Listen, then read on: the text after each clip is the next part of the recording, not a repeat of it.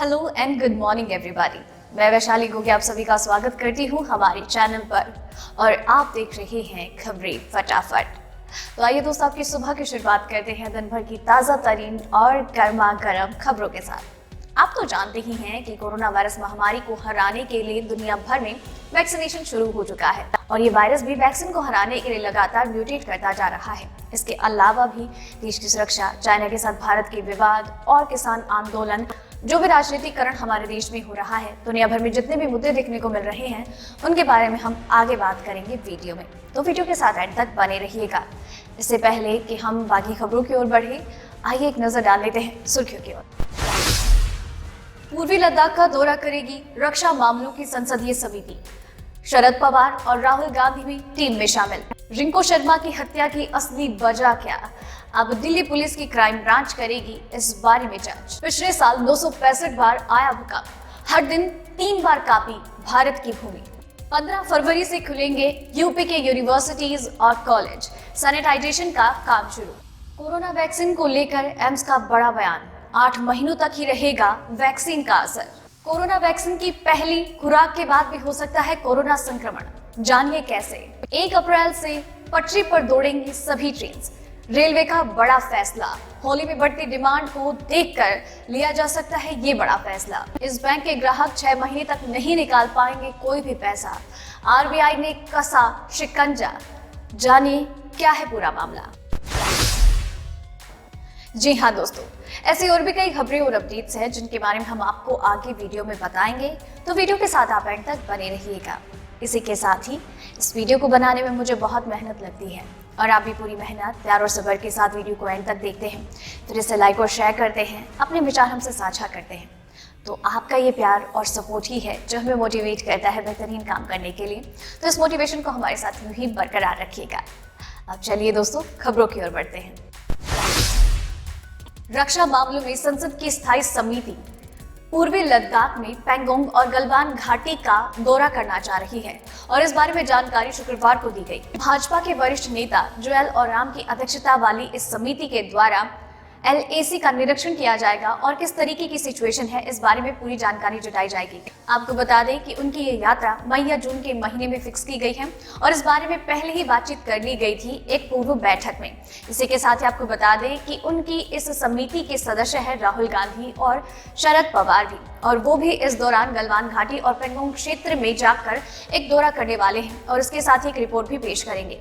लेकिन उससे पहले कि वो इस यात्रा पर जाएं, उन्हें सबसे पहले सरकार से इस बारे में अनुमति लेनी होगी।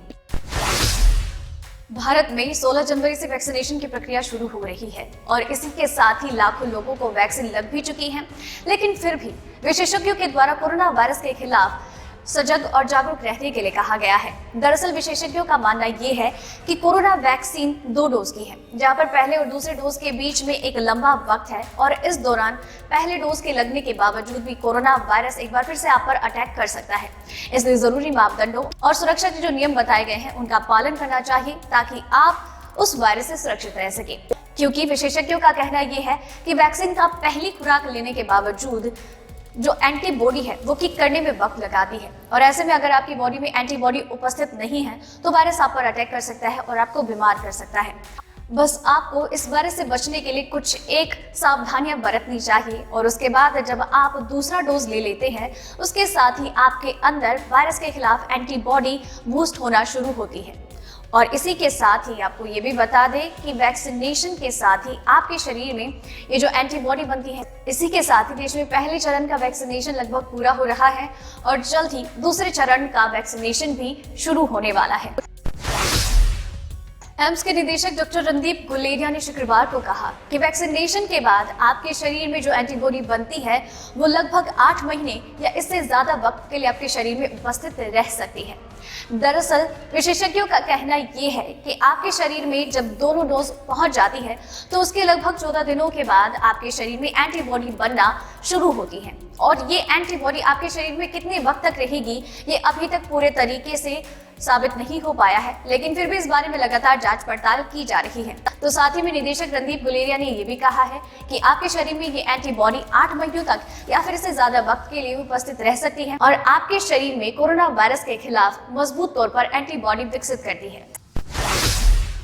उत्तर प्रदेश की सरकार ने 15 फरवरी से कॉलेजेस और यूनिवर्सिटी को पूरे स्ट्रेंथ के साथ खोलने का फैसला ले लिया है। दरअसल केंद्र और राज्य सरकार के द्वारा सभी शैक्षणिक संस्थानों और हायर एजुकेशन के लिए जितने भी संस्थान मौजूद हैं, कॉलेजेस और यूनिवर्सिटीज, उनको एक बार फिर से फुल स्ट्रेंथ के साथ खोलने को लेकर आदेश जारी कर दिया गया है। जहां पर आपको बता दें कि पिछले साल 23 नवंबर और इस दौरान सरकार के द्वारा जितने भी दिशा निर्देश जारी किए गए हैं, उन्हीं के साथ बच्चों और स्टूडेंट्स को स्कूल कॉलेजेस में जाने की अनुमति होगी।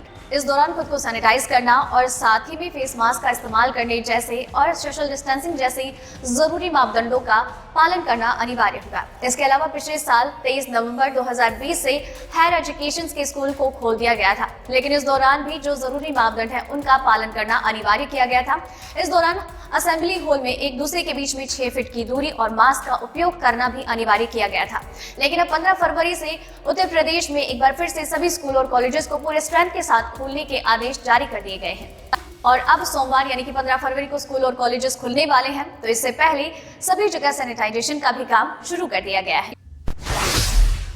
आरबीआई ने एक और कोऑपरेटिव बैंक पर बैन लगाने का फैसला किया है और इस बैंक के बैन लगने के बाद 6 महीनों तक उस बैंक के ग्राहकों को कई सारी परेशानियों का सामना करना पड़ सकता है। दरअसल ये बैंक नासिक का कोऑपरेटिव बैंक है जिसको आरबीआई का ये बैन झेलना पड़ रहा है। दरअसल ये बैंक काफी बुरे हालातों में था और ऐसे में आरबीआई ने ये फैसला लिया है कि उन्हें इस बैंक को बैन कर देना चाहिए और इस दौरान 6 महीनों तक इसके ग्राहकों को कई सारी परेशानियों का सामना करना पड़ सकता है और इस दौरान इस बैंक के ग्राहक बिल्कुल भी पैसों का लेन देन नहीं कर सकते हैं।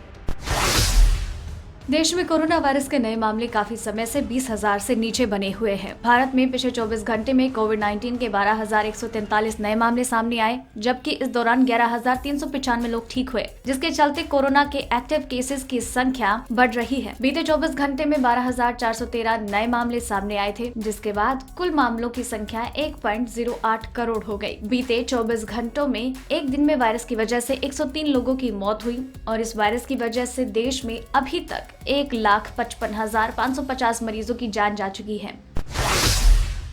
दिल्ली के मंगोलपुरी में रिंकू शर्मा नाम के युवक की हत्या के मामले को अब क्राइम ब्रांच को ट्रांसफर कर दिया गया। दिल्ली पुलिस की क्राइम ब्रांच अब इस मामले की जांच करेगी। दिल्ली के मंगोलपुरी में रिंकू शर्मा नाम के युवक की चाकू से गोदकर हत्या कर दी गई। इस हत्याकांड के बाद मंगोलपुरी पुलिस ने 5 आरोपियों को गिरफ्तार किया। रिंकू के परिवार ने शुक्रवार को दिल्ली पुलिस से सुरक्षा की गुहार लगाई। मामले में नाजुक स्थिति को देखते हुए इलाके में भारी सुरक्षा के इंतजाम किए गए हैं।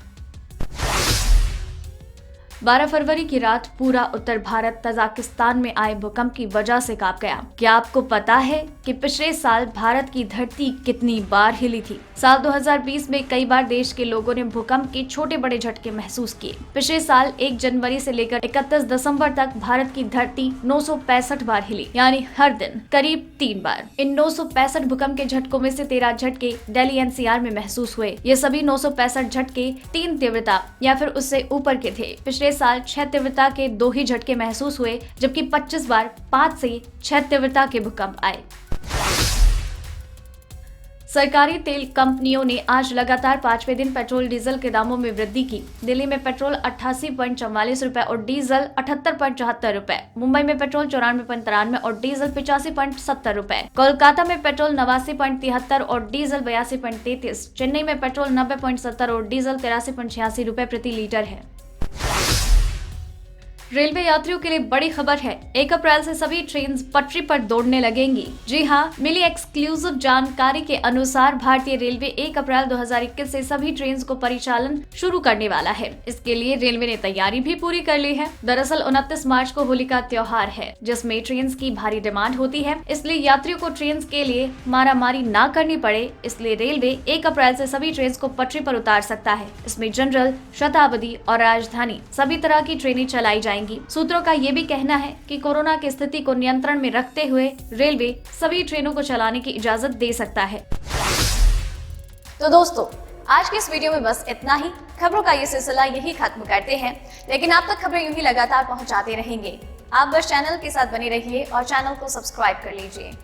और आपको वीडियो पसंद आई तो इसे लाइक और शेयर कीजिए, और वीडियो को एंड तक देखा है तो खबरों के बारे में अपने विचार हमसे साझा कीजिए। साथ ही में अपना नाम मेंशन करना बिल्कुल मत भूलिए।